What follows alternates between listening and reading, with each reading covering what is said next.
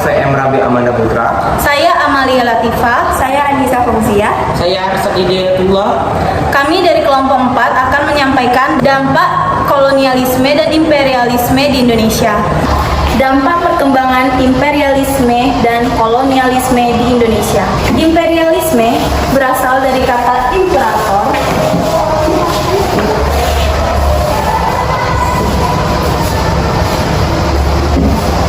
yang artinya memerintah.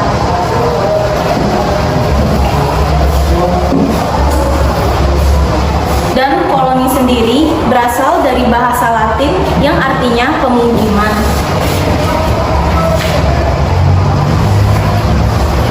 Imperialisme sudah ada dari abad ke-19 yang awalnya dicetuskan oleh Benjamin Disraeli, Perdana Menteri Inggris pada saat itu.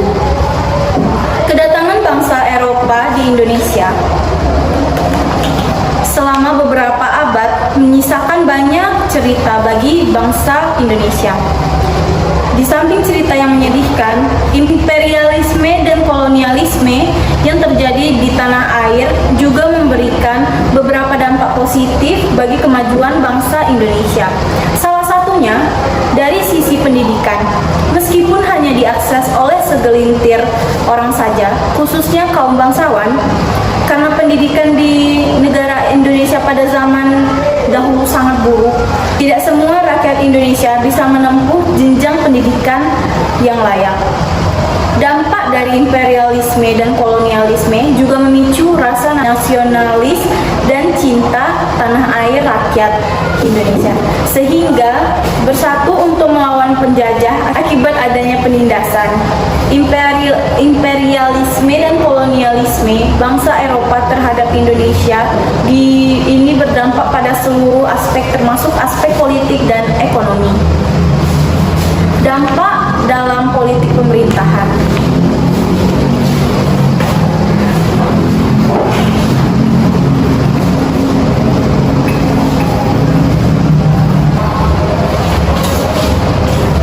Kolonialisme dan imperialisme yang dilakukan penjajah membawa berbagai dampak terhadap bangsa Indonesia.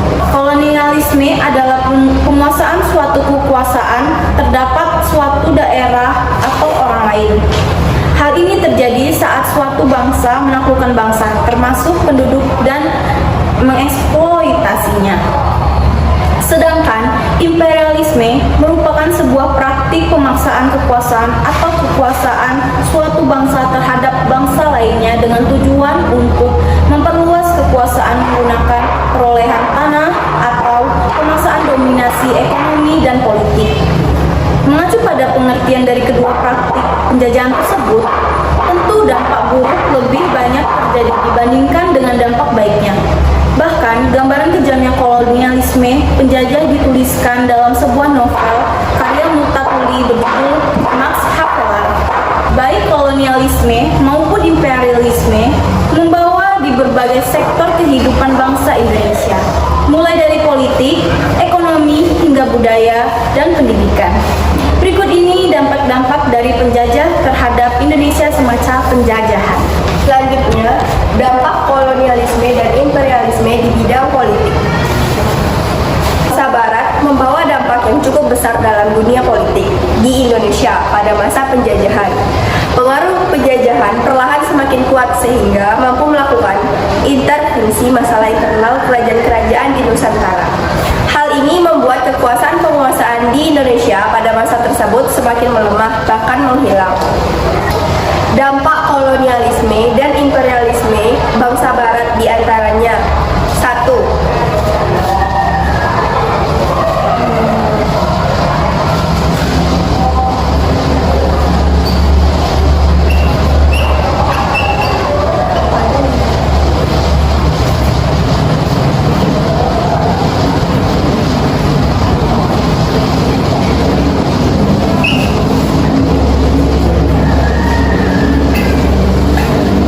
Dampak kolonialisme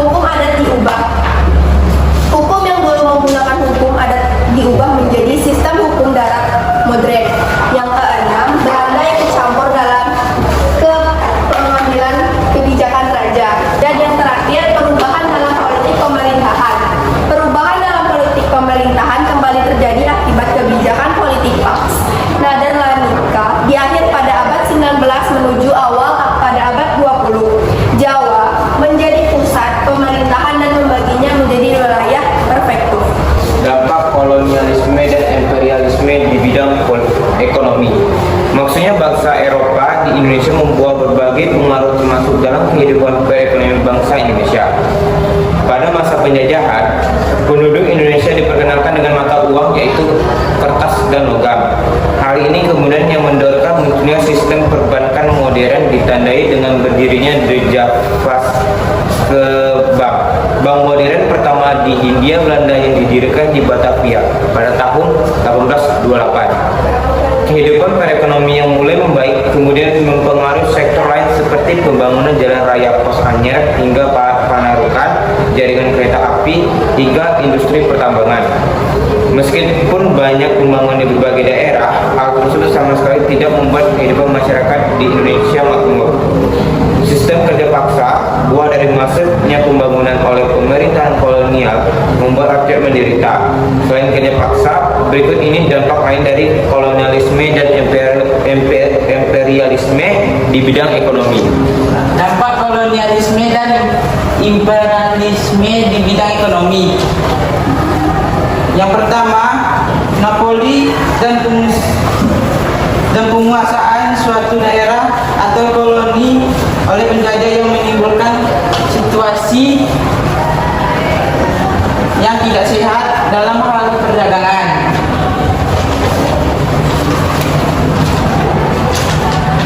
Yang kedua, perekonomian bergeser dari pertanian dan menjadi industri perkebunan. Yang ketiga, praktik Napoli perdagangan oleh VOC membuat mundurnya perdagangan Nusantara dari kancah perdagangan internasional. Yang keempat, VOC memanfaatkan para pengusaha tradisional dalam mengeksploitasi tanah jajahan dengan menerapkan sistem indirect rule dalam penyerahan wajib hasil bumi dan pemungutan pajak hasil bumi. Yang kelima, penerapan sistem tanam paksa menyebabkan rakyat Indonesia mengenal jenis tanaman baru.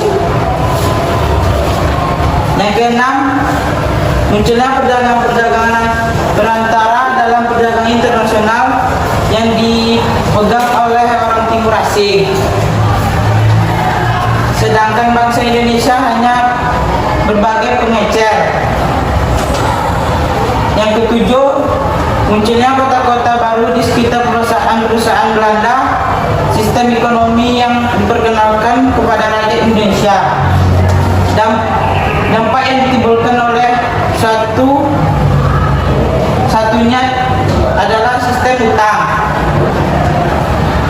Yang kedelapan, dalam pengerjaan lahan pertanian, penduduk mulai mengenal penjajahan.